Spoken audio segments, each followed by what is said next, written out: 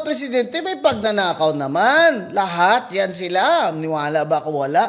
Pero Pino-Pino. Fino. May hiya, di ba? May hiya. Ito mga walang hiya.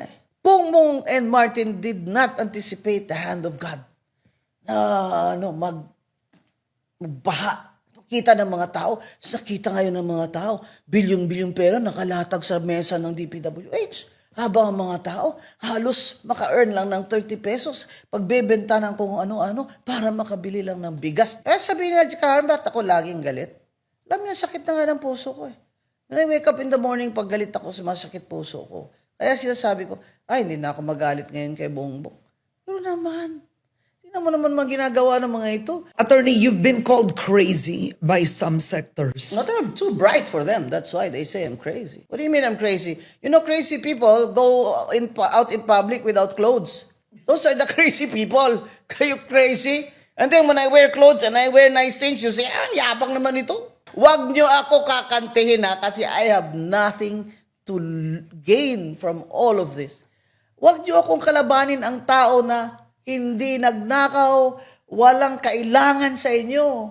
I'm crazy. I wrote 10 books. I have an article in the United Nations on the laws of violence against women in the Philippines.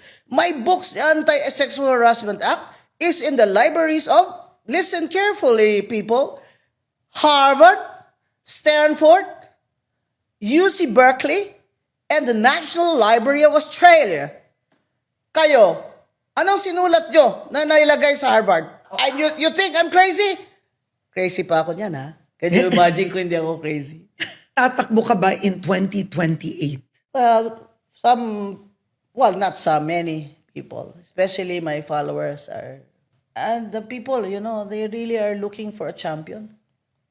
I'm not saying it has to be me, right? I'm almost 70 years old. But Posibleng tatakbo ka ba?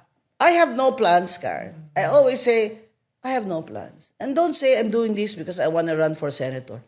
No. Gusto mo ba manalong presidente si Sara Duterte? Hindi sa gusto ko. But I also said that, I'm qualified to be a political analyst. After all, I was a politician in my mother's womb all the way to now.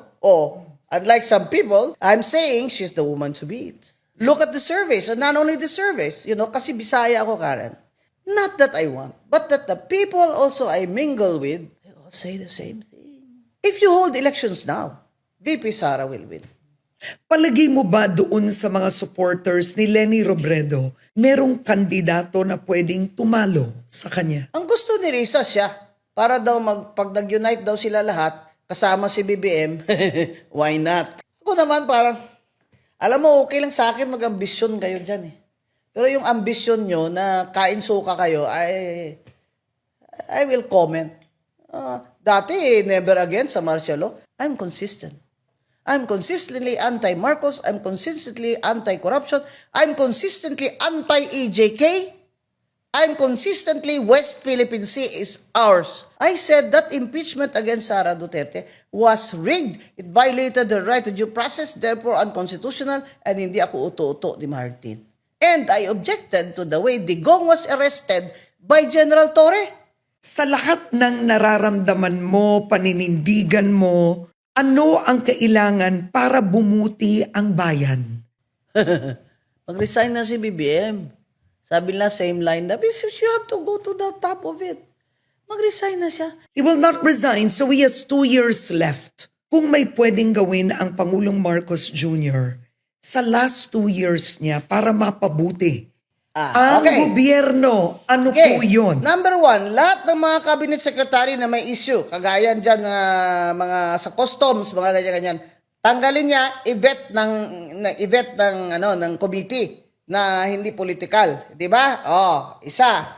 Tapos si Secretary Vince Dizon should make true his word na kahit si Sandro Marcos ang investigation, iakyat nila sa ombudsman. Number 3, si Sandro Marcos ipa-resign as majority leader kasi nakakasama yun sa image niya. Isa pa, yung budget na yan. Bakit yung may mga pa dyan, mga unprogrammed funds? Para pa yan? Yan ang source ng pagdanakaw eh. Kasi yung budget talaga, they use that, Karen. They use that to loot our taxpayers' money. Nakakahiya. utang ng utang, deficit spending kayo, I propose walang sweldo ang mga senador, presidente, vice president, senador at congressman. Walang sweldo. Bakit in Venezuela when they took over, kalahati na lang sweldo nila? Deficit na tayo. Tingnan mo yan, pag walang sweldo, per diem lang bawat, at upo mo dyan, babayaran kung di ba mag 100% na attendance yan. Kung may makukulong, may magbabago ba? Oo. Will it change? Ipakulong nyo na si Martin. Yun ang importante. Will that change? Siya naman talaga mastermind eh. Pakulong nyo na si Garjola. Ipakulong nyo na yung mga contractors na yan na may ebidensya naman kayo. May kinatatakutan po ba kayo? Diyos, scared of God, man. Thou shalt not steal and pretend that you don't. Amendment ko lang po yun kay Moses. Okay. So, ang ano ko lang, ma'am, is, sabi nila, ganyan-ganyan, oh, I'm very compassionate. I'm very affectionate.